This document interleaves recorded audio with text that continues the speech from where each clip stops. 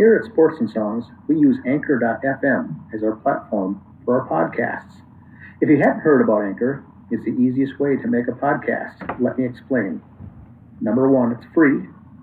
Number two, there's creation tools that allow you to record and edit your podcast right from your own phone or computer. Number three, Anchor will distribute your podcast for you so it can be heard on Spotify, Apple Podcast, and many more. Number four, you can make money from your podcast with no minimum listenership. And number five, and finally, it's everything you need to make a great podcast all in one place. So download the free Anchor app or go to anchor.fm to get started. That's ANCHOR.FM. The process we did last week, just kind of go off the stories off the Facebook page, and we'll kind of put on the NASCAR stuff. So we'll start with the race cars first. Perfect. Like I said on the Instagram thing yesterday, we're kind of staying away from the political end of NASCAR stuff, but maybe a little bit. Oh, I did see that with the flag and everything, so we'll steer clear of some of that, but that's getting to be very interesting, along with, I guess, everything else. You know, and like I said, NASCAR, they have banned the use of the Confederate flag down there. And the other thing I kind of problem with that is how many of these guys down there have that tattooed on their chest and they're going to be without their shirt on? They're going to kick them out? I mean, the fans, not the drivers. So many guys have it painted on their cars or their flags. It's a good change, yes, but it's going to take a little time because, force of habit, people are going to bring their stuff down and they got it painted on their motorhome or they got their flag up there already. Just give them time. It's not going to be an immediate change, but it is a change and they'll make it done. Give them time. They'll take care of that, I think. But NASCAR has officially banned the Confederate flag from all the races. Again, not knowing if that means fans can bring it or not, but we'll see how that goes. The statement from NASCAR says, the presence of the Confederate flag at NASCAR events runs contrary to our commitment to providing a welcoming and inclusive environment for all fans, our competitors, and our industry. Bringing people together around a love for racing and the community that it creates is what makes our fans and sport special. The display of the Confederate flag will be prohibited from all NASCAR events and properties. That's their official statement, so they're not going to have that anymore. Interesting. Coming up, they're going to have some live events coming up here, too. They're going to start letting fans in some of these events. Talladega will host a limited number of guests at the Geico 500 on June 21st. I've heard some different events. They got different ways they're doing it. They're going to have it for the one at Talladega. Their statement says, the offer is open exclusively to first-come, first-served basis to fans who have purchased tickets or reserved camping for the originally scheduled Geico 500 on April 26th and live within 150 miles of the track site in Alabama. So it's kind of just for the locals, but that's okay.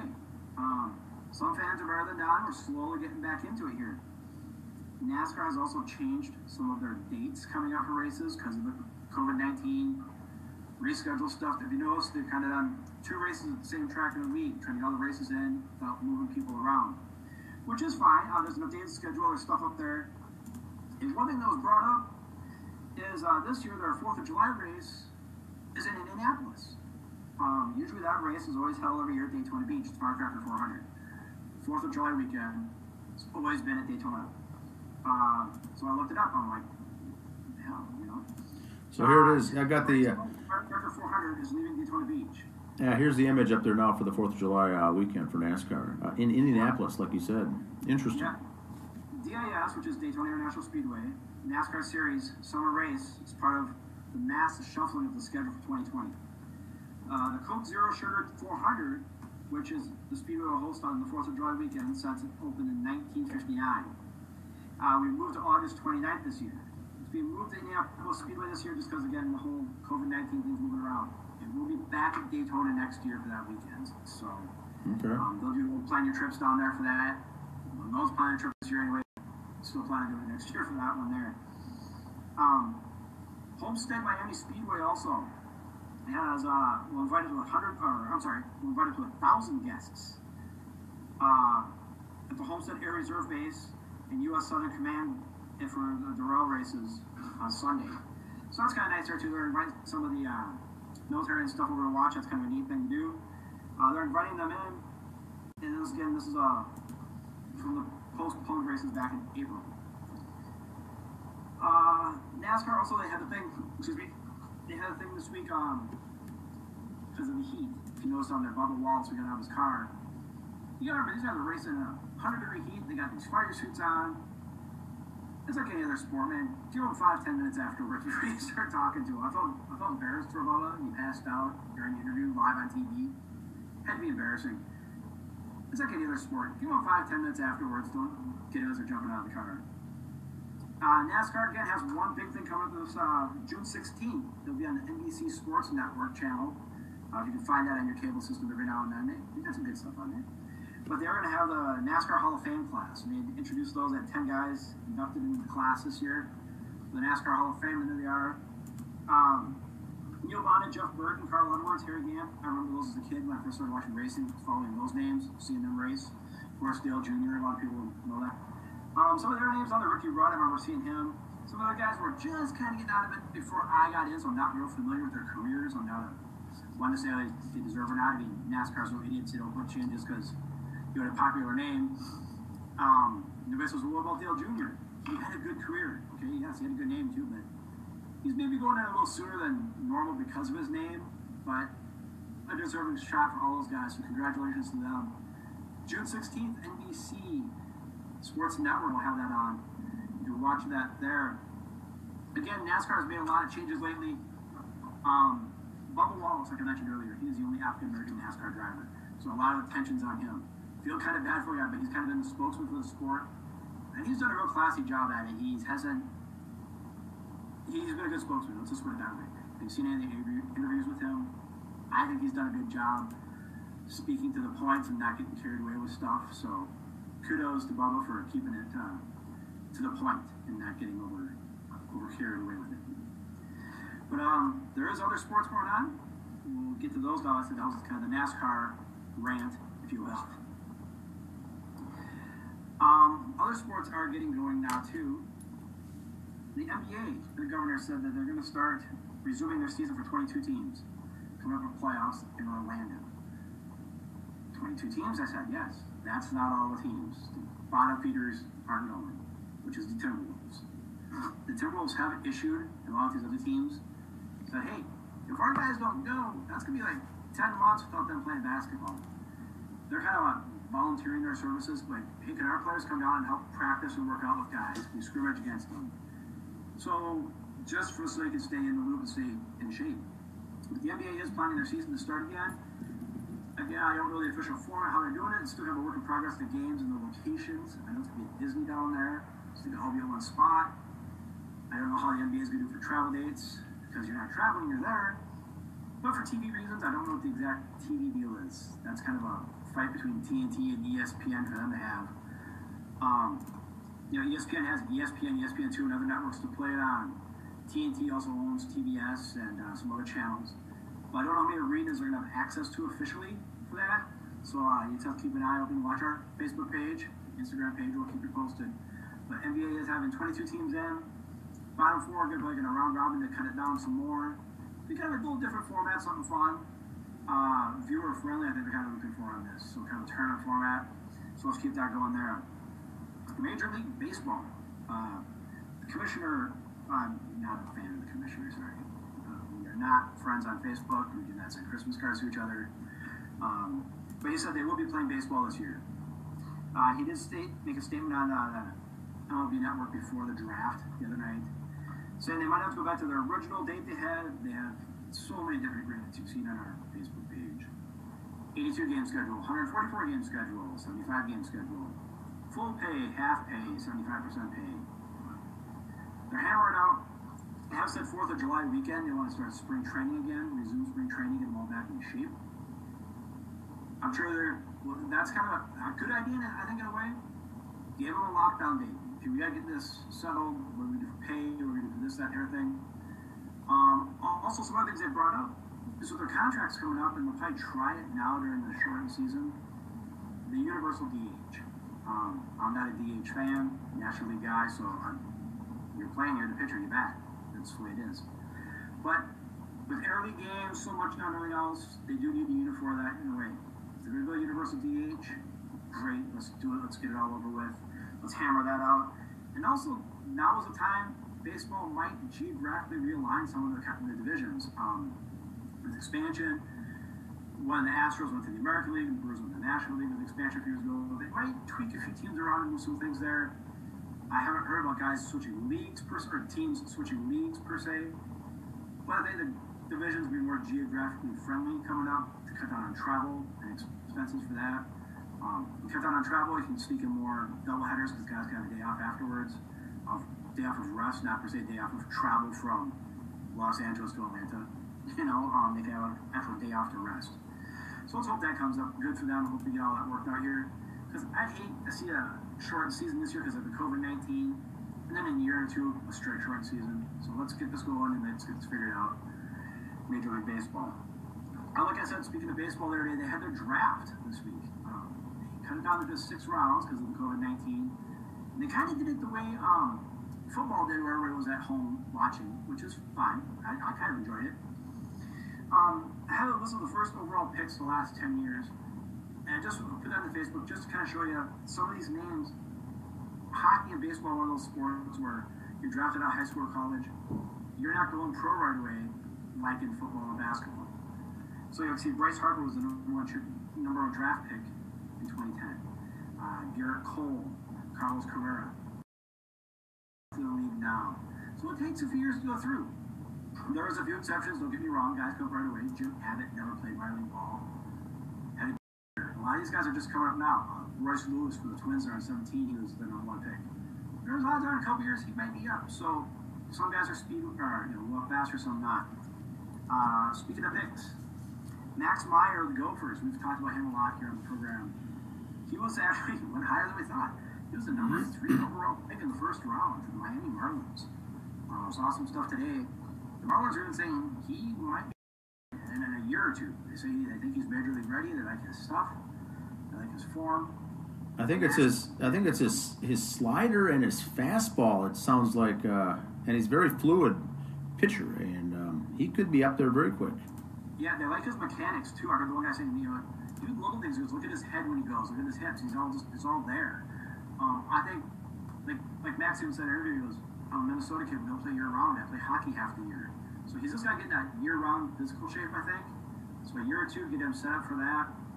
Max will be up there, I think, in a couple of years. And watch for his name. And they say a starting pitcher, too, so they're not going to throw him to the bullpen. He'll be a starter. Baseball, a lot like hockey. He was drafted by the Marlins. No guarantee he'll be a Marlin in 2-3 years. These guys, this is who gets traded around sometimes. So we'll see. Another Minnesota kid in the draft was Max Carlson from Burnsville High School. He was the number 192nd ranked guy. Hold on a second, Andy. Here's a Max Meyer photo from the Gophers we just mentioned. Yeah, so many guys from Team USA get picked in the high rounds all the time. So if you like baseball, follow Team USA. That's your 10 picks right there usually. So. And like you said, 3rd overall. So that is great. That is excellent news for him. Gopher. That pick ever for a Gopher tied with Paul Molitor. So Molitor went to and the previous highest ever pitcher was Glenn Perkins, correct? So now Max Meyer has that new record here, highest related pitcher in the Gophers' history to be drafted. Yeah, like I was saying, Max Carlson from Burnsville High School. Watch for his name. He might get like a spring training invite coming up. I got a couple things. So the Twins' first round pick was Aaron Zmato. He went to North Carolina. He's a Tar Heel, yes. Here, let me bring him up. That was a good shot with him.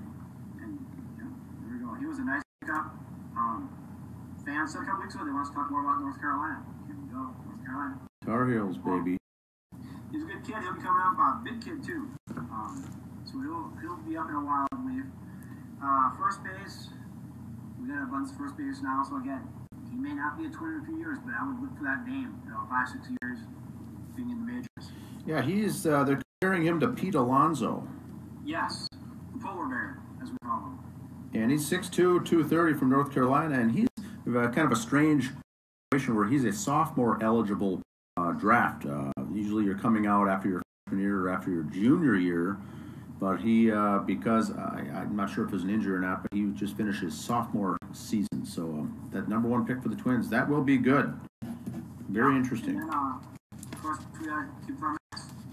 Pete Crow Armstrong was the number one pick for the Mets. Kind of going off on a sidebar here.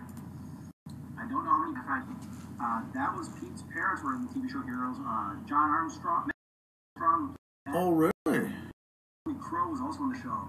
That's how that was on the TV show Heroes. And actually, his mom, Ashley Crow. Let's go back to local notes here, because like our local TV stations stay here. If you're in Minnesota in a week, you're one of us. Ashley Crow was mom's little get the metric the little boy's mother in that movie. So you know that. Now this week, go watch those movies and go, hey, there's Pete Crow Armstrong's mom. That's that. Has some celebrity parents. Big kid, 18 years old, bats right, throws right. And that's how a good first baseman now, but I don't know first baseman moving to the outfield. It's just out of high school for crying out loud. So let's see how the kid goes up. If he's stronger, where he moves. Figure DH, great. We're going to pull the DH and bring this kid up in a few years. So we are good with that. Nets fans are very happy with this pick. So we will see where his name pops up in a few years. Did you have any more notes on the draft, Dan? More Twins information or anything? Yes, I've got some on the Twins. Their second round pick was an outfielder from the Tennessee Volunteers, and third round they didn't have nothing in the third round. Fourth round pick was a high school pitcher named Marco Raya, and then the fifth round selection is another outfielder right out of high school from Hawaii. Kalai Rosario was the Twins' fifth. That's all I've got for the Twins. Kid. Look for him. The reason the Twins had no third round pick was because of the Josh Donaldson signing. Oh, that's right. Yes, that's right. So they did give up that. That's why. Okay, gotcha. Yeah. More local sports news here. The thing on the Twitter account. There's one guy right for Minnesota Sports High School League. He puts up just to kill time. He did a bracket for best high school names, sports names for teams. The voting is for a week. I'm just going to kind of read off the list real quick. You can go to his site on the Minnesota Sports High School. Go to John's page on there. John's Journal is called, and you can vote for your favorite name. Here's some of the seedings and the rankings in the pretzel and cheese region. Now, to share a name, it's more the team nickname than the city, so there's some teams are combined. The number one seed is as we said during the high school football league now, remember, the Blooming Prairie Awesome Blossom are the number one seed in that one. And they face off against Boston, Duluth East, and New Ulm Cathedral, the Greyhounds. The number two seed, Lanesboro Burros, against East Grand Forks Green Wave. In the Thank a Ref region, it's the number one seed Moorhead Spuds against the Aiken Gobblers. Number three, Winona Winehawks. W-I-N Hawks. Winehawks. Otters. Go Otters. Exactly. The Pork Chop region has the Thief River Falls, or those of us from northern Minnesota call them just TR. The Prowlers against the Anoka Tornadoes. Not a fan of the Anoka Tornadoes. The other matchup is Bemidji and Cloquet both have the name Lumberjacks. They go up against the Wrens. The Wrens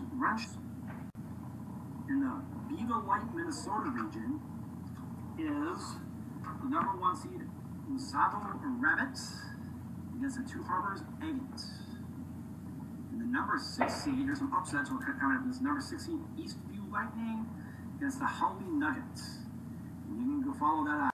MSHSN John on Twitter to cast your votes. Voting ends this weekend, go to the next round, so a little fun there with the high school stuff.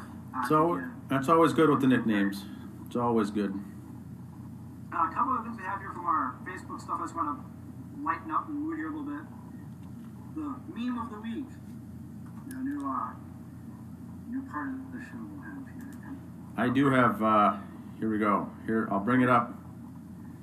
I'm looking for it. All right, I'm ready. Patrick Starr. Top picture for those of you reading it, I'll kind of explain it to you for on the radio there. Top picture is Patrick. It's like NFL planning the return on time and an all serious look, and NFL planning to restart July 31st and a scientific look, and then him with nailing a board to his head, talk about Major League Baseball not knowing what they're doing, basically. But yes, it's kind of the way it feels like with these teams. NFL, NHL also seems like they're getting that the other year pretty soon too. So Minnesota Wild in the playoffs for that. They'll play the Vancouver Canucks. Still patience for that, but again, we'll keep you posted on the Facebook page. Keep that word. The NHL playoffs starting soon. NBA wrapping up their season. Baseball not knowing what they're doing. Tweet of CJ Minkowski. He's a former pitcher. He now does the audio or the TV for the Rangers, Texas Rangers. He's on MLB Network once in a while. You catch him on Fox Radio calling in once in a while, everything else. His tweet of the week. And this is kind of his sense of humor too, so if you ever listen to him, this kind of makes sense. He goes, "My wife had an odd way comforting my son after a rough pitching outing yesterday. Well, at least you still have a house to live in. When Dad pitched bad, we had to move." So, nice love at home from the wife there from Mrs. CJ. Excellent. That's pretty good. You kind of skip ahead there, Dan. Sorry to throw you off. Football. Gladwell, receiver for the Patriots. Oh, yes. We'll bring this up real quick here. He was found dead. Unlike major news networks, we're not going to jump in and speculate stuff here right now. We don't know really what caused all this, what happened, what the situation was. The one passing of a player, he played for the Patriots a lot. I don't know good, bad, or indifferent any situations on it. But yes, we will. If anything comes up, we will keep you posted, or like I said again, follow us on the social media. But another wide receiver for the Patriots, tough life, tough issues. I don't know what it was. Speculating all that, kind of from what I've heard already, but found dead. Family's all in shock and mourn, and thoughts and prayers, of course, to the family on that. No one deserves that. Yeah, he came up with the Chargers, I think, right? Yes. Did he start with them? Okay. And did play in the Super Bowl with the Patriots, so that's kind of where pinpointing all the names. Oh, yes. A couple things music-wise before we get into the birthdays and stuff. I've got two notes also in sports before we move on. Go ahead, sir. Go ahead. Canterbury Park opened for those interested here in the local area. Canterbury Park has opened June 10th. And also for sports, high school sports have got two updates. One update actually for conferences. The Metro West Conference here locally, we have three new additions for the 2021 fall season. So not this fall, but the next fall. Waconia, New Prague, and Orono are going to be added to the Metro West Conference, along with Chaska, Chanhassen, and I think St. Louis Park. Perhaps there's, I think, total of 10 teams. So they've been working the last couple of years to get that up to speed between 6, 7, 8 teams. Now they're going to have a full slate, 10 teams for the 2021 season, and all the participants there are happy. Well, actually overjoyed, I think. The coach, the athletic director for New Prague, very happy to be in this. This is going to be a very good conference to watch for sports going forward, starting in the 2021 fall. Now that's all I've got. Couple kind of side music notes here for getting into the music birthdays and stuff. J.R. Smalling, start with him. Oh, yes. Passed away after a long battle with cancer. You look at the picture of J.R. there, you wouldn't know by looking at him. In today's climate, you wouldn't know by looking at him. He did the voiceover for Kiss. The announcements before the band came out all the time. You want the best, you got the best. That was him. It was their battle cry. He was a fierce, loyal, proud. He did whatever necessary to make sure he could do for our shows, no matter who stood in the way. He was a road manager. He was a road manager for Kiss from way back in the day. He was with them for a long time. The band had a nice tribute on their pages for it. Did whatever. Do you have the audio, Dan, for him? Yes, I do. Here we go. I'll play it.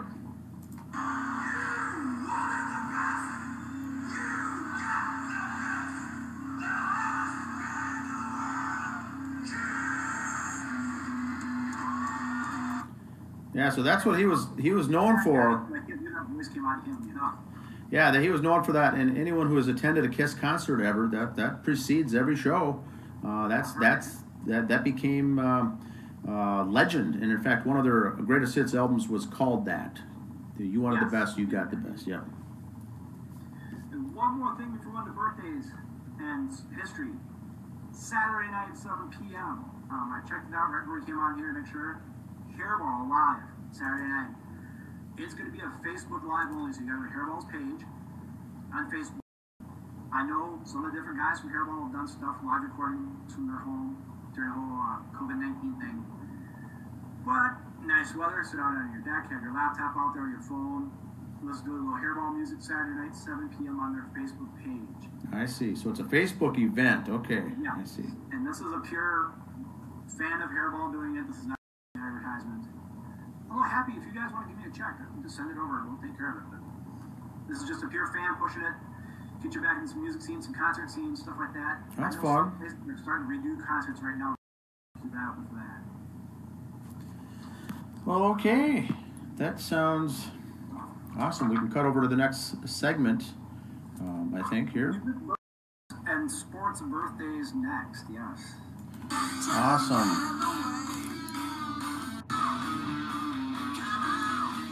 All right, let's hit into some updates. Yes, musically, this week in history. Music. This week in music, yes. I'll bring up the items here as we go. All right, this is from the weeks, because like I said, every 2 weeks now. So June 1st through the 14th, we're covering here. June 1st, 1976, the Runaways released their debut album. Billed as the first all-female rock. Some names you might recognize from the Runaways came out later. Lita Ford, their back left as you're looking at the picture, and lower right, Joan Jett. So there they are. This was, no, Andy, this is a 1976 photo. This is old school right there. That is old. You can tell by the outfits it wasn't a recent picture, no.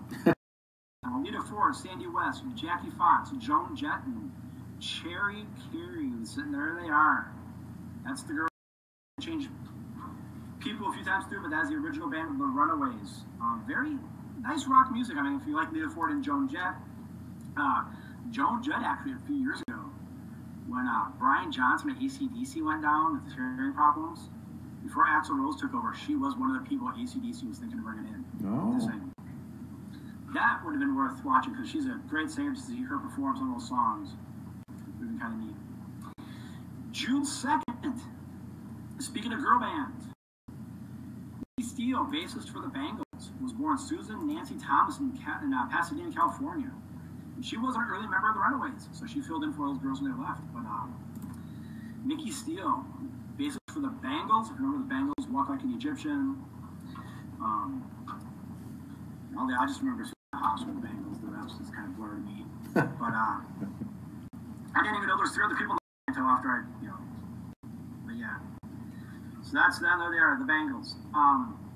June 3rd, 1977. With the BBC, British Broadcasting Company, refusing to air the King's new single Lola because it's reference to Coca-Cola. Brand names were no back then for them to push on there. So Ray Davies flies all the way from London to New York to re-record the line, "When you drink champagne, it tastes like cherry cola."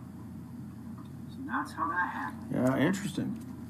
Yeah. I'm going to say all the way from London to New York. Okay, well, back in 1977, that was all the way from London to New York. Now I know people do it daily for business and everything else, but it's kind of a big deal back then. All right, here we go. 1965, Susie Quattro was born in Detroit.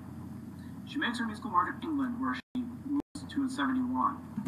After Mickey Most signs her to his label. In America, she's better known as Leather Tuscadero from Happy Days. Oh, yes. There's... All right, hang tight here. Here it comes. Here's the old... There's Leather. Hello. Great name. Yes. Leather Tuscadero. Fine memories of Leather Tuscadero. June 4th, 1999. As he predicted in his title track, Kid Rock was platinum with his album Devil Without a Cause. It goes on to sell another 10 million copies. Old fact about Kid Rock, if you remember MTV, for some of you younger people, MTV used to actually play videos all the time on their channel. They'd have a spring break edition, and there was a guy down there who was a DJ, you know, scratching with the albums type DJ, and it was Kid Rock. So he eventually started recording, and his music is pretty good. I'm a Kid Rock fan. I like his different genres he covers. Yeah, so Kid Rock's album, 1999. June 5th, 1983. U2 plays the Red Rocks Amphitheater in Colorado. Despite the rain, the concert goes on. It was later recorded and put under the Blood Red Sky album. It was recorded there. I've never been to a concert at the amphitheater in Colorado, but I hear it's incredible. I've been there to look at it on a trip, but never during a concert, and it's a fabulous location. And the way it's set up, you don't have any speakers. It's all the acoustics is so good. Yeah, it's you're tucked away in a side of the mountain. It's a really neat setup. 1959, local boy Robert Zimmerman graduates from Hibbing High School in Minnesota. He moves on to the University of Minnesota, but soon leaves for New York City to become a full-time folk singer known as Bob Dylan. Bob Dylan, local boy, Hibbing High School, 1959 graduated. So there's Bob's local boy, we kind of like him. Him and Prince, there's a combination for you. 1992, Guns N' Roses, their November Rain video. It's about 9 minutes long after the video. Most expensive video ever made at that point. Cost $1.5 million. The budget was spent, most of the budget was spent constructing the church in the desert that Slash stood up in front of. Yeah, there it is. You know, small town in northern Minnesota, you can find that church on every other corner. I didn't know that. What was the amount again? Say it to the listeners, the dollars. $1.5 million. Wow. 20 years ago, that was a lot of money. Still a lot of money, for a music video, that was a lot of money back then. Just to put it, nowadays they just photo image one in the background, but no, they actually built a church, put it in there, because he walks through the church in the video, so it had to be a real building. There it is. 1999, on his 35th birthday. So hence, this is also Prince's birthday, June 7th. Prince changed his name to the unpronounceable symbol, making him literally an icon. That's when he changed his name to the symbol, and that lasted for a few years. That was mostly because of issues with the record company on proceeds and stuff like that. So he changed his name to the symbol. He shaved it in his face for a while and his beard. He had it in there. And you know what? It didn't hurt his career at all. A lot of people thought it was career suicide. Not Prince. He could change his name to a symbol and still be popular. In fact, his Southern's album, one of his first albums after that, in my opinion, is my favorite Prince album anyway, so.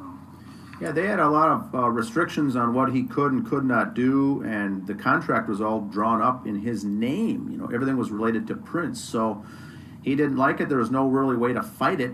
Changed his name to a symbol for the time period that he needed, I think, for those things to expire, perhaps. Is that why? And then he went back to Prince, but that's... that and get a new contract written. Yep. Record, but not have the new stuff under that. Thought change his name to Roger Nelson, which was his name. To avoid all that, he's changed to a symbol. Yep, and that was a time that, he basically considered he was a slave to the system there of the music industry, and I think that was when he had that tape over his face called Slave on that one photo by... that was not to be dealing with slave as far as today's with the protests and everything going on, but a slave to the record label. They owned you, and Prince did not take too kindly to that, and sure enough, changed his name to Sidestep as a loophole to get around all that. But some of these record labels this is big business, and it's some nasty stuff. So yeah, a lot of record labels back in the day they would push bands to get more albums put out, and that's why sometimes bands would hit a lump. They'd just have a cruddy album. Yeah. I think Ben Hamen's Diver Down was basically that's why it was rushed out. The record album, they wanted another album out. They'll set the dates and the times, and that's so sad is that these young bands that try to make it do as much as they can to get up there. Finally, they get a big signing, and then the big signing by the record label railroads you into doing what they want you to do. And on their own timetable, and so that's where you can't always want to wish I'll be happy when you start wishing for things, and sometimes you get it, and it's not as fun because they'll say we want 3 albums out in 3 years, and we'll go from there. So it's nasty business. Oh yeah, tour and promote the album while you're at it too easy to write and record another one. Correct. That kind of killed Cinderella's career there too. After a while, it wasn't fun anymore. When you're just writing, you don't have a chance to go. That kind of hurt them. Along with other bands around that time. Yeah. Well, these bands were great. They'd drop off the face of the earth after 3 albums with the record contract. Speaking of records, 2004, AC/DC's Back in Black album goes double platinum, becoming just the 6th album to receive that, which is over 20 million sales on that, and double platinum. The album was released in 1980, July 20th, 1980. So in 24 years, it sold 20 million copies for Back in Black. Wow. That is unreal. June 9th, 2007. Kiss news for you. Gene Simmons of Kiss files a trademark application for the devil horn's hand gesture, which he claims he invented in 1974. There it is, yes. If you look at any pictures of Gene sent in for Kiss, he's always holding that out. I know he that and the Moneybags logo, he tried to get copyright for that too. So yeah, he tried to. He got a lawyer involved and started. He went through a phase of copywriting and getting trademarks for everything. And if anything that was commonplace, him and his lawyer looked up and that you assume that there's copyrights for. They found out that a lot of these things weren't. So whether it was for shits and giggles, or they did it for fun, or to make some money on this, trademarking all these things. Now, Gene Simmons went as far as to say that he invented this image on the right, which is good. Show it up for the listeners, the frontwards versus the backwards, because a lot of the rock stars will do the other way. Gene's was forward, and so that's why the fingers out, and so interesting, but surprising for Mr. Gene Simmons. He loved to delve into these types of things. Yes, he didn't invent it. He reinvented or revamped it. That's the word. Yeah, Gene was trying to copyright something. I know I heard an interview with him years ago. The name Kiss, him have it copyrighted. Don't be surprised the name carries on, and they just find 4 totally different musicians doing it. But him and his family will still get proceeds from the name Kiss. Old school bands, Oak Ridge Boys, Statler, that's bands that just carried on. Or how many bands you still see today? Grand Funk Railroad has 1 original member in it, but it's still Grand Funk Railroad. Yeah. Other bands like that. 1990, Wilson Phillips hit #1 in the Hot 100s with their song "Hold On," a feat accomplished by their famous parents in the 60s. Wendy and Carney Wilson Phillips are daughters of Brian Wilson from the Beach Boys, and China Phillips is born to John and Michelle Phillips of the Mamas and Papas. So it was kids of musicians did an album. They were pretty good. I thought it was a good album. There's a lot of things in the 90s. It was children of 60s bands were trying to get together to make music, and this was one of the few that was good and made some money on it. Darryl Wilson Phillips did that in 1990. Birthday, 1915. Les Paul, the key developer of the electric guitar, was born at Lester William, and he was born in Wisconsin. So kind of a local boy there. There's a Les Paul guitar there. You look at Les Paul, look up Les Paul guitars on Google search or something. Every guitar you've ever thought of is going to be sitting up there. Lots of guitarists use Les Pauls. It looks like a basic design, but that's the Cadillac of guitars. That's what everybody wants. That's a classic, and that's some of my favorite musicians and guitarists all used Les Paul signature guitars. Usually the Sunburst, or Ace Frehley, these type of guys. Jimmy Page, very impactful to a lot of people. But Les Paul, what was his real name again? You're gonna make me butcher the last name. Lester William Passoffs. Okay. L.S. F-U-S-S. And how old was he? Was he like 94 when he died or something? Yeah, he was in his mid to late 90s, I remember, yes. Okay. So it was just Genius in the music industry. Well ahead of his time. June 12th, 1977, a good guitarist, rocker Kenny Wade Shepherd was born. He was in Louisiana, Shreveport, Louisiana. Kenny Wayne Shepherd, a lot of blues, southern rock, country, that type of music, but Kenny Wayne Shepherd, very good guitarist. His name comes up a lot. He's filled in with other bands and filled in with solo artists to play with. Kenny Wayne Shepherd, very good guitarist. 1966, a little Beatles news here for you. Deeming its butcher cover in poor taste, Columbia Records recalls the new Beatles album, Yesterday and Today, which is scheduled for release the next day and has already been sent to some source. So there's their album cover. Why they went with that, I don't know. It's the Beatles, let's leave it at that. But Yesterday and Today, which, a little side note on that album, are you familiar with the band Y&T? Yeah. That's where they got their name. Is that right? Yeah.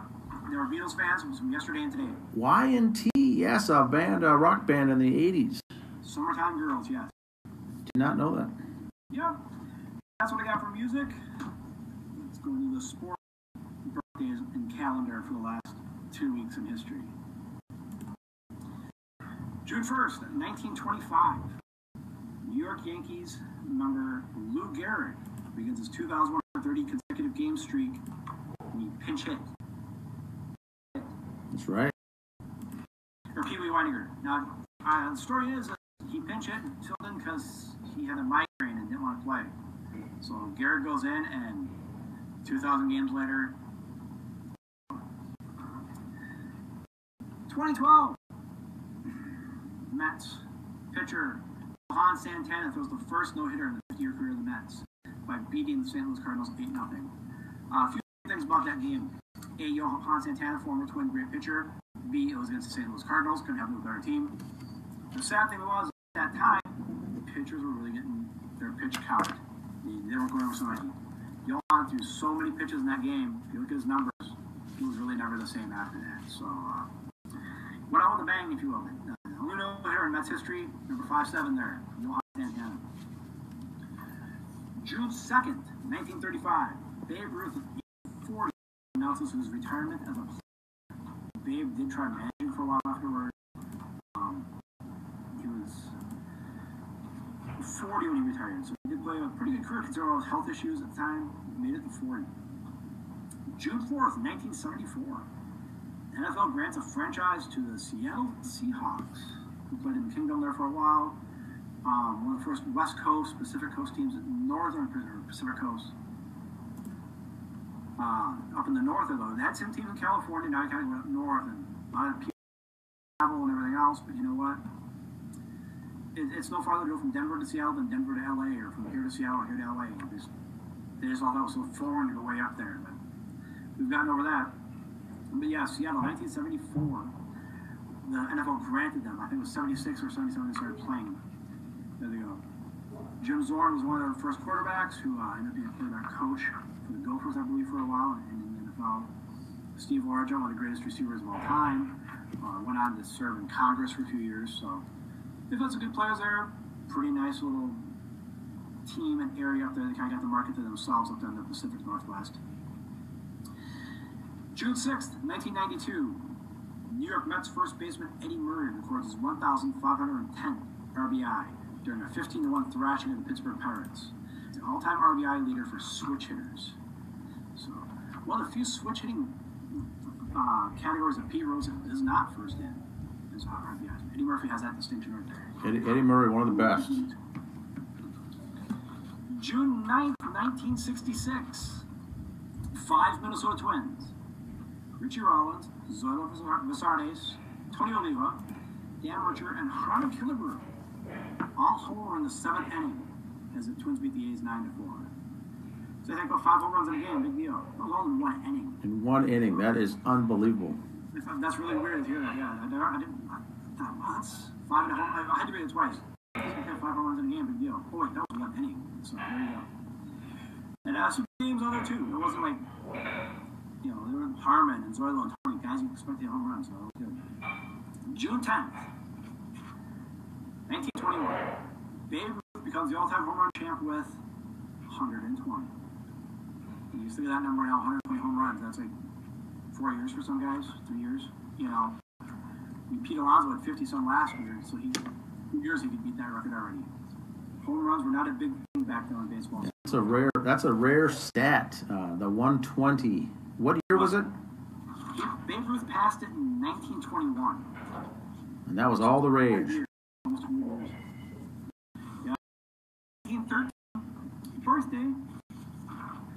Vince Lombardi. Coach Vince Lombardi was born on this day in Brooklyn, New York. 1913, coach of the Packers. And then in 1956, Joe Montana of the San Francisco 49ers, later the Kansas City Chiefs, was born in New Eagle, Pennsylvania on this day in 1956. Joe Montana, Notre Dame, I believe, in college. Yes. June 12, 1939, Major League Baseball officially has the Hall of Fame come into play. That's where it started at in Cooperstown, New York, June 1939. June 14th, 1952, Pat Summitt. She was basketball coaching at University of Tennessee. Women's basketball. Here she is. Historic coach. The best coaches, one of the best legendary coaches of all time. Yeah. I've never heard a bad word about her. I follow college basketball, women's college basketball. You look it up, everything leads back to her. One last one here. 1969, Steffi Graf, German tennis player. She won the Golden Slam in 1988, which was the Grand Slam and the Olympics, the Golden Slam. 22 Grand Slam singles titles with Germany. Later on after their career, she married Andre Agassi. I believe they live in Germany now, the two of them. Andre Agassi was got the long, light name hair back in the day, playing tennis at the Canon camera commercials. Him and Steffi Graf married. They lived happily ever after somewhere in Europe, I believe. That's what I got, sir. What is in your Discman this week? Well, let's take a break here, and I'll come on with the album of the review right after this.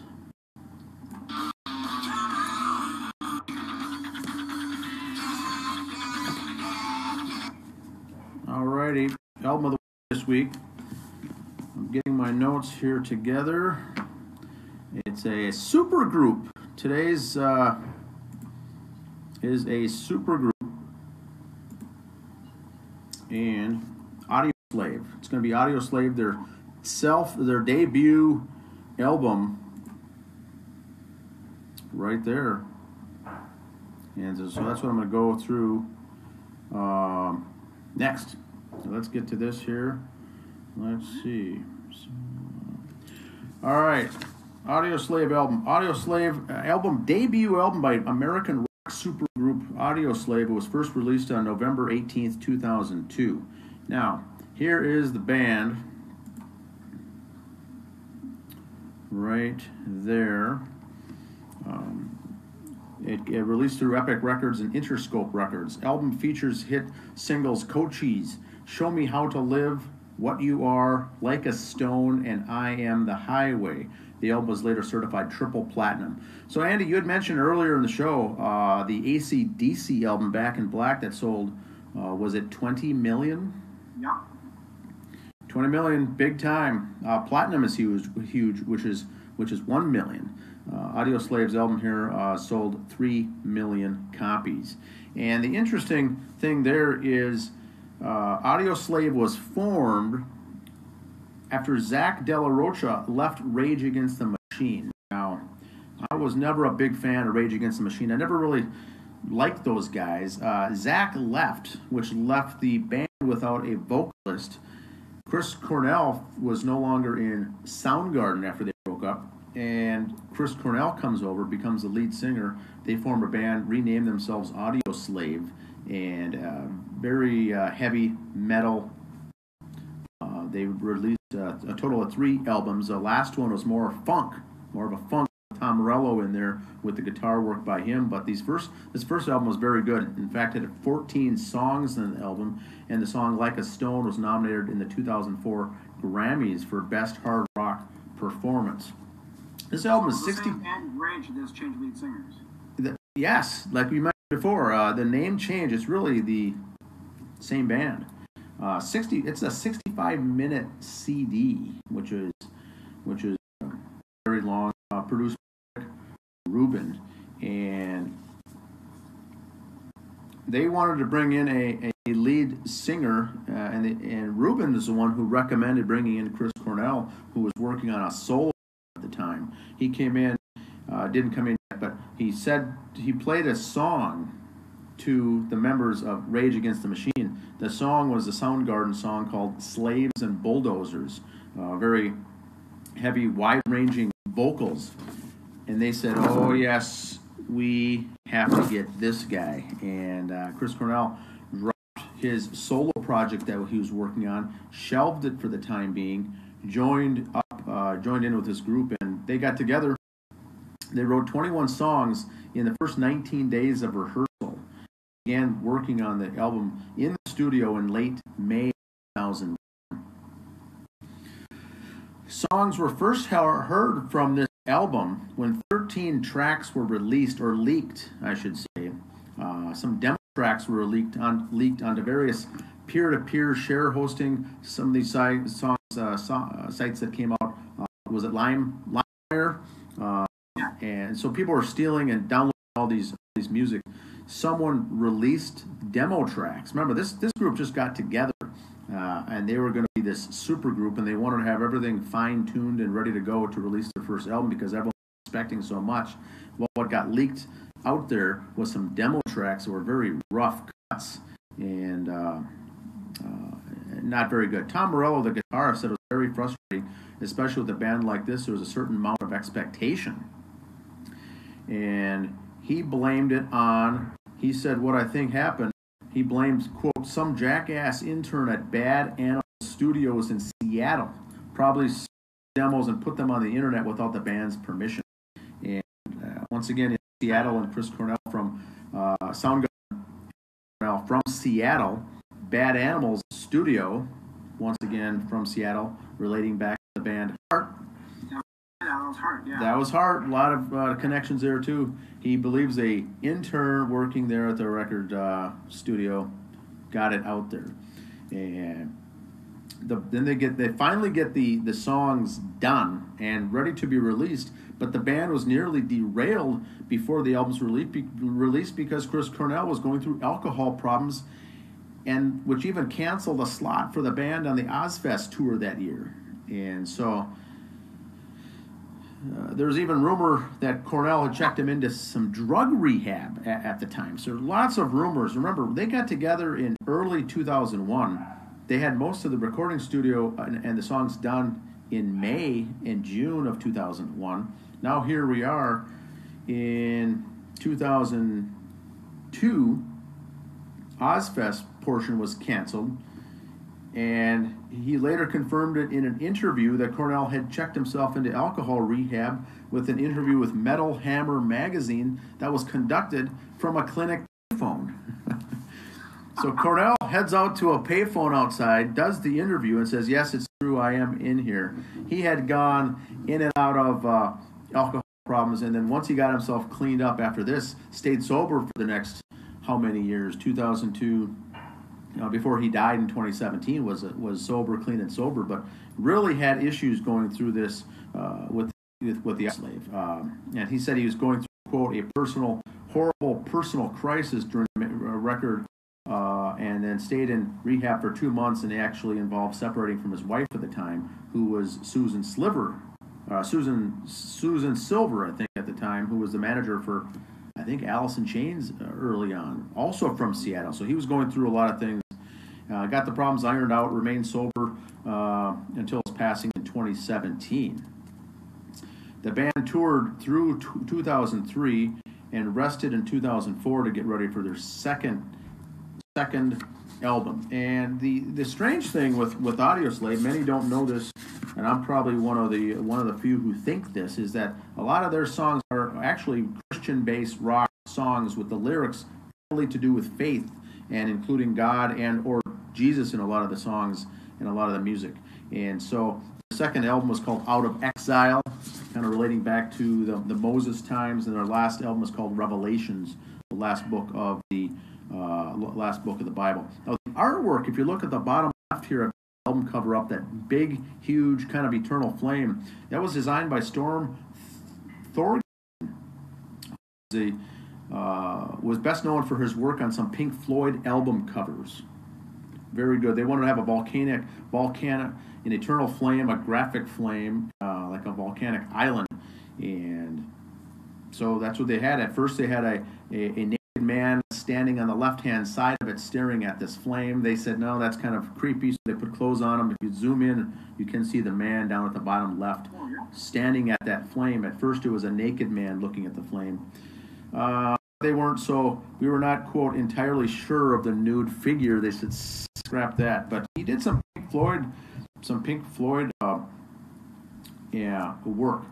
The lyrics were all done by Cornell. And so this was a whole band that the music and the instruments were all done with the Rage Against the Machine, but there was no collaboration on the lyrics. They brought in Cornell on 14 songs he wrote himself, which leads us back to that whole writing style of what he was going through back then. It's actually some very, very good stuff. The album itself were a lot of mixed reviews. Some people liked it, some record reviews didn't like it. And I'm going to find a spot here. There's an interesting quote. Some said it was good, some said it was the worst kind of studio rock album, didn't make sense. They described Cornell's lyrics as complete gibberish.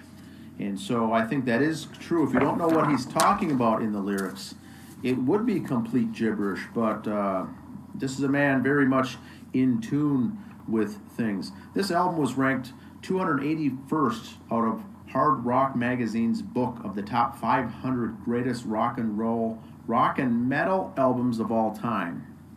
Way down there, 281, but still on the top list of 500. Certified gold right after, less than a month after its release. It already went gold, and like I said, it ended up finishing triple platinum. The songs in the album, Cochise, featured on Talladega Nights, the movie of The Ballad of Ricky Bobby. Very good song. Song 2 is Show Me How to Live. 3 is Gasoline. 4 is What You Are.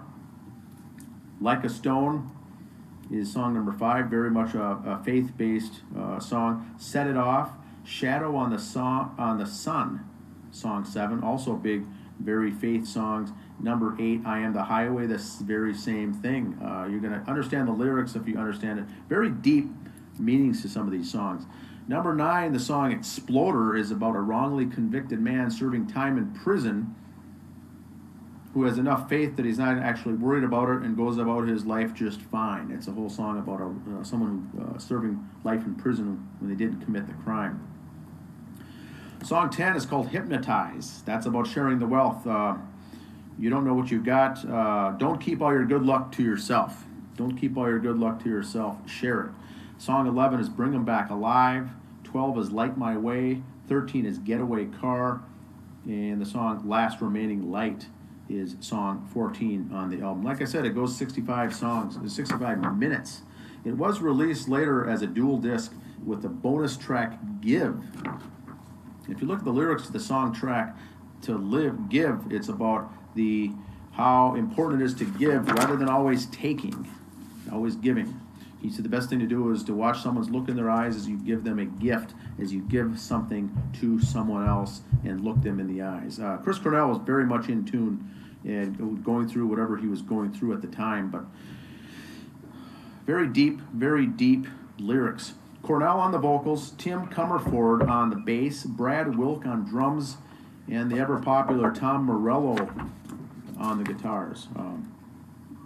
So they released the song releases in 2002 was Cochise, later on Like a Stone in 2003, and then middle of 2003 was Show Me How to Live and I Am the Highway, and then the last song that was released is What You Are. Good stuff, heavily recommended. I was not a fan when they first came out, but over the last 5 years, loved all their work. That's all I've got for the album of the week. What do you think? Okay, how they changed names when the lead singer came in. Van Halen never changed names when Hagar came in or when Gary Sharon came in. Do you think if they would have kept the name Rage Against the Machine, it would have been as popular? I don't know. I, for one, probably would not have listened to them if it was Rage Against the Machine.